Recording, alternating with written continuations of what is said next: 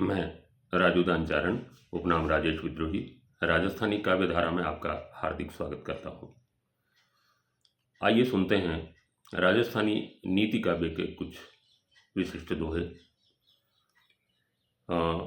एक बहुत रोचक जो है वो चर्चा किसी कवि ने की है कि पुण्य और पाप के जो प्रतिफल होते हैं वो कैसे होते हैं और क्या होते हैं। सबसे पहले पुण्य के प्रतिफल सुने कि अमल पुराणु घी नमो, अमल पुराणु घी नमो और मीठी बोली नार के पीठ पमंगा बैठणु पुण्य तना फल चार। ये चार जो है वो पुण्य के फल हैं। अगर आपने इस जन्म में या पिछले जन्म में कोई पुण्य किया है तो उसका प्रतिफल आपको किस रूप में मिलता है। देखें कि अमल पुराणु, पुराने ज़माने में जब अफीम की लत होती थी लोगों को तो ऐसा माना जाता है कि अमल जितना पुराना हो, अफीम जितना पुराना हो उतना बेहतरीन होता है। तो और घी जो है इसके विपरीत, घी के बारे में ऐसा कहा जाता है कि घी जितना नया हो उतना जो है वो श्रेष्ठ होता है। तो ये पुण्य के जो फल हैं देखें आप कि अमल पुराणु और घी नवो। आपको जो अफीम जो है वो तो मिले बहुत पुराना और घी जो है वो बिल्कुल मिले ताज़ा। अमल पुराणु घी नवो और मीठी बोली नार, और आपकी पत्नी जो है आपको ऐसी पत्नी मिले जो बहुत मृदुभाषी हो, बहुत मीठी बोलने वाली हो।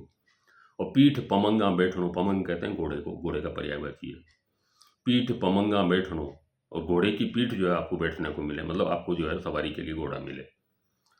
पुराना अफीम मिले, नया घी मिले और मृदुभाषी पत्नी मिले और इसके अलावा आपको सवारी के लिए घोड़ा मिले। तो पुण्य तना फल चार, ये पुण्य के चार फल हैं। और जिस तरह से ये पुण्य के फल हैं वैसे ही पाप के फल भी जो है लीजिए लगातार।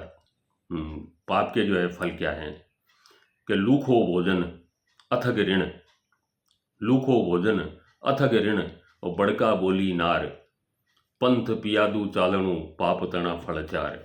ऐसे ही ये पाप के फल हैं कि एक तो आपको जो है लूखा भोजन मिले, अर्थात उस पर घी वगैरह नहीं हो, लूखा भोजन और अथग ऋण, कर्जा जो है वो इतना ज़्यादा हो कि आप चुका नहीं सकें।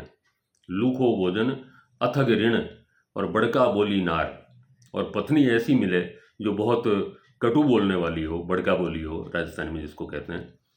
तो पंथ पियादू चालनो, और पैदल चलना, सवारी के लिए कोई साधन नहीं हो।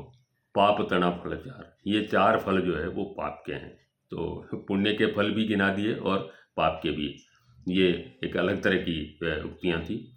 और आप देखें कि गर्भी दिनों ब्याज धन और लीले पाना धान, बहु बछेरा डीकरा निवड़ियाँ निर्वाण, ये आपने बहुत सुना होगा।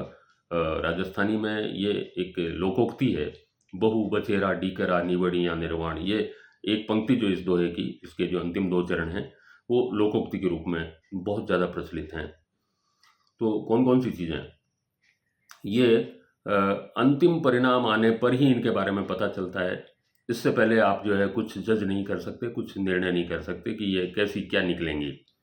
कौन कौन सी, गर्भी दीनों, अगर आपके यहाँ दीनेड़ी, राजस्थानी में दीनेड़ी कहते हैं गाय भैंस जो दूध देने वाले पशु हैं उनको, तो अगर आपकी गाय या भैंस जो है वो गर्भ से है, अर्थात अभी तक जो है वो उसने बच्चा नहीं जना है, तो उस दीने को आप दीना नहीं मान सकते। पता नहीं किस तरह का उसका प्रसव हो, बच्चा रहे कि नहीं रहे, उसके बाद वो दूध दे कि नहीं दे, इसलिए गर्भी दीना जो है वो अविश्वसनीय होता है। गर्भी दीनू ब्याज धन, ब्याज पर दिया हुआ धन, ब्याज पर दिए हुए धन का कोई भरोसा नहीं तो आएगा या नहीं आएगा। जब वो अंतिम रूप से आ जाए, निवड़ियाँ निर्माण, जब वो पूरी तरह से आ जाए तब आप समझेंगे हाँ हमने जो ब्याज पर पैसा दिया था वो भी आ गया और उसका ब्याज भी आ गया, अन्यथा मूल और ब्याज दोनों डूब जाते हैं। तो गर्भी दीणु और ब्याज धन और लीले पाना धान। लीला शब्द जो है हमारे यहाँ राजस्थानी में हरे के पर्यायवाची के रूप में आता है। और ये नीला नहीं है, लीला, लीला मतलब हरा। तो गर्भी दीणु ब्याज धन और लीले पाना धान, अगर आपने जो फसल बोई है और वो अभी लीले पाना है, मतलब हरी है, तो हरी फसल के बारे में आप कुछ निश्चित रूप से नहीं कह सकते कि ये कैसी निकलेगी। यानी अंतिम रूप से फसल जब पक करके आ जाती है, तैयार हो जाती है, काट ली जाती है, तभी आप समझें। वैसे ही बहू, बछेरा और डीकरा। बहू जो है, आपने बेटे का विवाह किया है, आपके घर बहू आई है, वो कैसी निकलेगी, क्या होगा, ये एकदम शुरुआत में कुछ नहीं कहा जा सकता। ऐसे ही बछेरा, बछेरा मतलब जो है घोड़े का छोटा बच्चा। घोड़े का जो छोटा बच्चा है वो आगे चल कर के कैसा घोड़ा बनेगा, किस तरह का उसका कौशल होगा, वो स्वामी भक्त होगा कि नहीं होगा, ये सब चीज़ें जो है शुरू में पता नहीं चलती।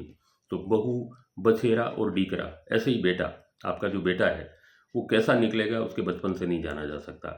निवड़ियाँ निर्माण, ये तो अंतिम परिणाम आने पर ही पता चलता है। बहुत महनीय दोहा जो है वो राजस्थानी का।